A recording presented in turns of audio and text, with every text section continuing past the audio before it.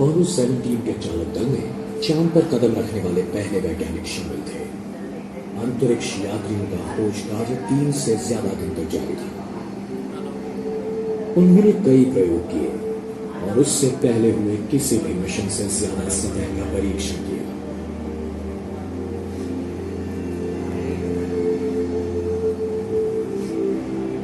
इसी के साथ अपोलो प्रोग्राम संपन्न हुआ और साथ ही करीब 5 लाख पुरुष और महिलाओं का 10 सालों का काम भी।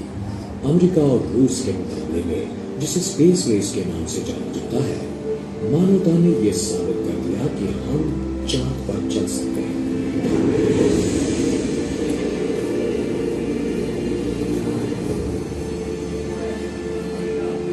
जब अपोलो 17 के अंतरिक्ष यात्रियों ने उड़ान मारी, तब कई लोगों ने यही सोचा था कि हम लोग जल्द ही लौट आएंगे, और हम नहीं आए।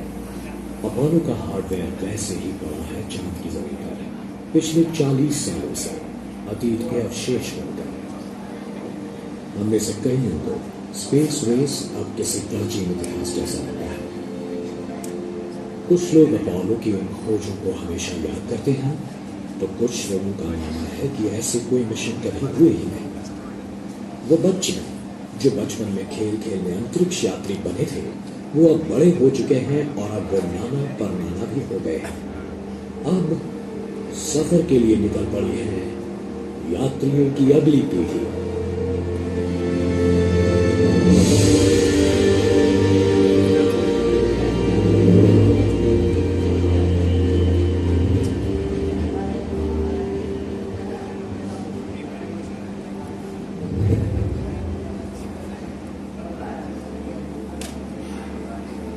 अंतरिक्ष में मनुष्य का साहसी भ्रमण लेने से पहले हमने हमारे सामने खड़ी होने वाली संभावित चुनौतियों को समझने के लिए हमारे रोबोटिक एक्सप्लोरर वहां भेजे। ये अंतरिक्ष यान अंतरिक्ष में हमारी आंखों और कानों का काम करेंगे, हमारे नजदीकी पड़ोसी की जानकारी दिलाने में हमारी मदद करेंगे। हमारे शुरुआती मिशन में से एक रेंजर 9 ने जानबूझकर हताहत होने से चंद मिनटों पहले चांद के सतह की हजारों तस्वीरें यहां भेजी। उसने हमें पहली बार पहाड़ों और गड्ढों की विस्तृत तस्वीरें दी, जिनसे हमें उतरने के लिए अच्छी जगह ढूंढने में मदद मिली। सर्वेयर लैंडर्स और धीरे से नीचे उतरे। रेंजर्स का तो एक ही काम था, तस्वीरें खींचना, और सर्वेयर्स में रोबोटिक भावने तथा अन्य उपकरण थे। उन्होंने चांद किन चीजों से बना है, ये ढूंढने के लिए पहली बार प्रयोग किए। उनके पश्चात हमने रोवर्स को भेजा। रूसियों ने सरफेस पर 2 लूनर कार्टूनर्स उतारे, जिनका वजन एक छोटी सी कार जितना था। पृथ्वी पर तैनात इंजीनियर्स ने उन्हें कई किलोमीटर्स की दूरी तक रिमोट से चलाया और चांद की जमीन की तस्वीरें ली और चांद की मिट्टी का परीक्षण किया।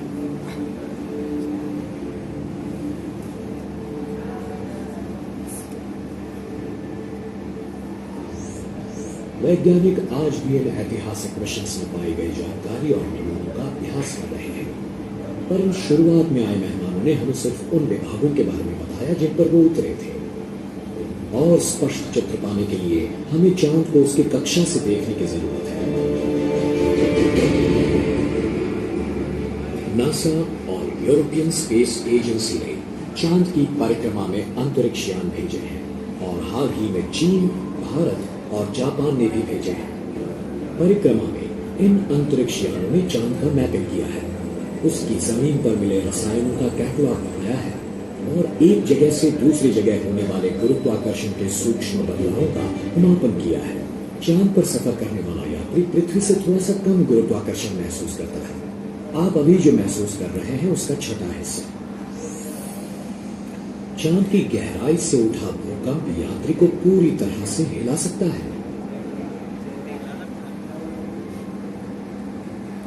छोटा सा चांद बड़ी पृथ्वी की परिक्रमा करता है।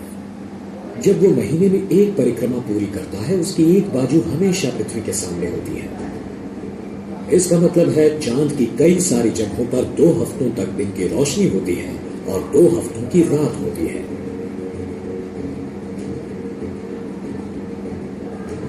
सूरज की गर्मी को फांसने के लिए वातावरण की कमी होने की वजह से तापमान 100 डिग्री सेल्सियस से भी ज्यादा हो जाता है और बाद में -150 डिग्री सेल्सियस से भी कम हो जाता है।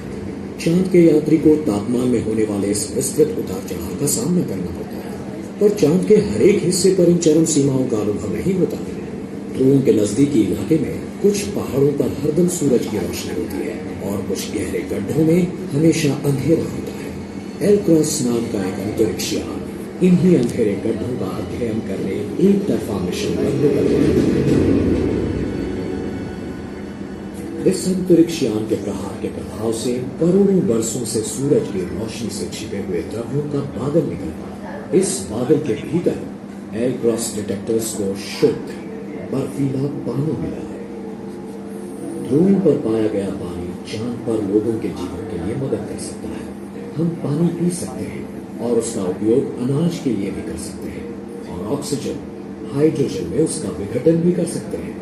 हमें सांस लेने के लिए ऑक्सीजन जरूरी है, पर हम ऑक्सीजन और हाइड्रोजन का उपयोग रॉकेट का ईंधन बनाने के लिए भी कर सकते हैं। चांद पर अन्य संपदा भी जैसे एल्यूमिनियम, लोहा, सोना और प्लेटिनम भी ये हमारी पृथ्वी पर मदद कर सकते हैं, चांद पर जीवित रहने के लिए मदद कर सकते हैं और दूसरे विश्वों में या उससे परे सफर करने में भी। पर चांद पृथ्वी से बहुत दूरी पर है और सरकारों ने वहां तक सफर करने के लिए करोड़ों डॉलर्स खर्च किए हैं। क्या हम इससे बेहतर और किफायती रास्ता ढूंढ सकेंगे?